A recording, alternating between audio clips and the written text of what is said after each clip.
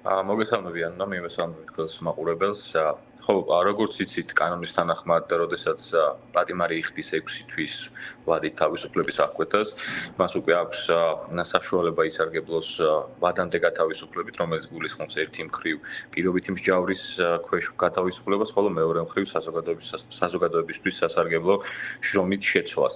რაც შეეხება ამ კონკრეტულ ვადას, როგორც იცით, ზურაბ ჯაფარიძეს მისჭილი აქვს 7 თვით თავისუფლების აღკვეთა, გავიდა უკვე 6 თვე და რა თქმა უნდა, პენიტენციური სამსახური ვალდებულია მასთან კომუნიკაცია მოახდინოს, შესაბამისი საბუთები, დოკუმენტები შეავსოს, გასაუბრება ჩაატაროს და ამის შემდეგ უნდა მიიღონ მათ გადაწყვეტილება. რა თქმა უნდა, ზურაბ ჯაფარიძის პოზიცია, როგორც მე მან გამაგებინა, იყო ისეთი, როგორც გავრცელდა ზუსტად, ის არ აპირებს არც სოციალურ სამსახურთან, არც ამ თვალსაზრისით თანამშრომლობას გულისხმობს გათავისუფლების მოთხოვნით და ამ მოთხოვნის ფარგლებში, ასევე ისმება შეკითხვა, არის თუ არა მაინც საფუძველი უდოს შეხების, ანუ გამოყენების, მიუხედავად იმისა, რომ ადამიანი არ თანამშრომლობს სოციალურ სამსახურთან, რაც როგორც შეწყალება არის პრეზიდენტის, გულისხმობს იმას, რომ არ არის მიმართვა საჭირო, ისევე არის უდოს კომისიის საკითხი გარკვეული ვადის ფარგლებში საკუთარი ინიციატივით უდოს კომისია იხილავს მსჯავრდებულების მიმართ გამოყენებული თავისუფლების აღკვეთის გადასინჯვის საფუძვლებს და შესაბამისად იღებს გადაწყვეტილებებს. ამიტომ, ერთი მხარე აქ გამოყოფილი, რომ თავად ზურაბ ჯაფარიძის პოზიციაა, რომ არ მოხდეს, ასე ვთქვათ, არ სურს მას თანამშრომლობა გადასინჯვის ნაწილში ან გადახედვის ნაწილშიც, რომ ეს არის მისი პრინციპური პოზიცია, სწორედ ამიტომაც არ მიმართა არც პრეზიდენტს და არ გამოიყენა მსგავსი ბერკეტები და დღევანდელი პოზიციაც ზურაბ ჯაფარიძის სწორედ ასეთია, მაგრამ კიდევ ერთხელ ვიმეორებ, ეს იმას აღნიშნავს სამართლებრივად, რომ უდოს კომისიას, ისე როგორც მაგალითად პრეზიდენტს არ აქვს უფლება, რომ რომელიმე მსჯავრდებული შეიწყალოს, ან უდოს კომისიამ შეუცვალოს დანიშნული თავისუფლების აღკვეთა არასაპატიმრო სასჯელით. თუმცა მე არ მახსენდება არც ერთი შემთხვევა, როდესაც მსჯავრდებული არ თანამშრომლობს სოციალურთან, არ აცხადებს ამაზე თანხმობას და უდოს კომისიას შეეცვალოს სასჯელი. ამიტომ მისი გადაწყვეტილება არის საკმაოდ, ასე ვთქვათ, მკაცრი ამ თვალსაზრისით და მე შემატყობინა მან, რომ ეს გადაწყვეტილება მიიღო. ეს ხალხი მისი გადაწყვეტილება. შეიძლება ვთქვათ, ირაკლი, რომ პრეცედენტულიც არის მისი ეს გადაწყვეტილება, როდესაც თავად პატიმარი ამბობს უარს ისარგებლოს ამით გულისხმობს სწორედ უდოს შეხებით და თუნდაც ერთი თვით ვადაზე ადრე გამოსვლით. იცით რა, მე ყველა საქმე არ შემისწავლე, ამიტომ ვერ გითხრათ ეს პრეცედენტული არის თუ არა, იმიტომ რომ ინდივიდუალურად თუ ჩავხედავ საქმეებს, შეიძლება იყოს ასეთი შემთხვევებიც, მაგრამ აქ ზურაბ ჯაფარიძის მოტივია, ხო? რა მოტივით ამბობს ამაზე უარს. და ის გარემოება, როგორც იცით, ზურაბ ჯაფარიძის პირველი პატიმრობა მაშინ მოხდა, როდესაც მან გირავა არ გადაიხადა. და ეს იყო მისი პრინციპული გადაწყვეტილება და მისი პასუხისმგებლობა. შესაბამისად, ეს არის მისთვის პოლიტიკური განაცხადი და არა სამართლებრივი. ამიტომ ჩვენ უნდა გავუმიჯნოთ ერთი სამართლებრივი საკითხები, მეორე პოლიტიკური მიზნები და განცხადებები თავად ზურაბ ჯაფარიძის ან სხვა ადამიანების.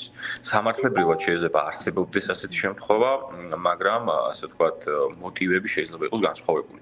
სხვა შემთხვევაში მე არ გამიგია არ ვიცნობ ასეთ შემთხვევას, თუ შეიძლება რომელიმე ადვოკატმა გააკეთოს ეს განცხადება, მე შემიძლია გითხრათ, რომ კი, რომელიმე მსჯავრდებულის, რომელიც თვლის რომ პატიმარი და მეც მათ შორის მივიჩნევ, რომ პოლიტიკური მოტივებით არის ზურაბ ჯაფარიძე დაკავებული, ასე ვთქვათ, ახორციელებს გავს ქმედებებს. ამიტომ ამაზე ირაკლი, იცით რა მინდა გკითხოთ, აი ის ახალი ბრალი, რომელიც აი სულ რამდენიმე კვირის წინ იქნა წარდგენილი ზურაბ ჯაფარიძის წინააღმდეგ გულისხმობ, აი იყო იქ საბოტაჟი, აი ყველას ერთად პოლიტიკოსებს რომ ერთ დღეს წარუდგინეს, ხომ საბოტაჟი რაღაცა მოწოდებები თურმე დასანქცირებასთან დაკავშირებით აწვდიდა ინფორმაციას პარტნიორებს და ასე შემდეგ. ანუ ეს რა კავშირში შეიძლება იყოს ზურას ციხიდან გამოსვლის თემასთან? ანუ რას გულისხმობ, იცი? აი და ზურამ თქვა უარი, უდომაც რაღაც გაითვალისწინა, ესე ვთქვათ, ზურას უარი, აი ეს ერთი თვეც მან მოიხადა სრულად ეს სასჯელი და შესაძლოა თუ არა, რომ საერთოდ ციხე ვერ დატოვოს ისე ჩაინიშნოს ამ ახალ ბრალზე სასამართლო სხდომა. თუ როგორ არის ეს პროცედურალთან უნდა გამოვიდეს და მერე უნდა იმსჯელონ თავიდან? ესეც რომ აგვეხსნათ. მოკლედ სასამართლო პრაქტიკაში არსებობს შემთხვევები, როდესაც საერთოდ აღკვეთის ღონისძიება არ არის გამოყენებული კონკრეტული პირის მიმართ, სწორედ იმ მიზნიდან გამომდინარე, რომ ეს ადამიანი უკვე იმყოფება პენიტენციურ დაწესებულებაში. თუ ადამიანი უკვე იხდის სასჯელს, შესაბამისად და აღკვეთის ღონისძიების გამოყენების ფორმალური საფუძვლები, როგორც არის მიმალა, ახალი დანაშაულის ჩადენა, მტკიცებულების განადგურება არის ფაქტობრივად დაუსაბუთებელი. ხომ ეთანხმებით, იმიტომ რომ ისედაც უკვე პენიტენციურ დაწესებულებაში იმყოფება. ასევე თეორიულად არსებობს იმის შესაძლებლობა და მომხდარა ეს სასამართლო პრაქტიკაში, რომ იქამდე სანამ შაურდებული ტოვებს დაწესებულებას, ბრალდების მხარე მიმართავს საქალაქო სასამართლოს ახლად გამოვლენილი გარემოებით, რომ განისაზღვროს აღკვეთის ღონისძიება, შეირჩეს აღკვეთის ღონისძიება ამ საკითხზე. ყოფილა ასეთი შემთხვევები, გვახსენდება, ამიტომ მე არაფერს არ გამოვრიცხავ ამ თვალსაზრისით, რომ ვინაიდან შეიცვალა გარემოებები, გულისხმობ იმას, რომ თუ ზურაბ ჯაფარიძის განთავისუფლების პერიოდი ახლოვდება, იცვლება შესაბამისად ბრალდების ხარისხის გარემოებები არ გამოვრიცხავ, რომ მიმართოს აღკვეთის ღონისძიების განსაზღვრით. ეს რომელი აღკვეთის ღონისძიება იქნება, მე ვერ გეტყვით, ეს იქნება გირაო თუ ეს იქნება პატიმრობა თუ სხვა აღკვეთი ღონისძიება, ან საერთოდ იქნება თუ არა ესეც არ ვიცით, მაგრამ ყოველ შემთხვევაში სამართლებრივი ჩარჩო ბრალდების მხარეს ამის უფლებამოსილებას ანიჭებს.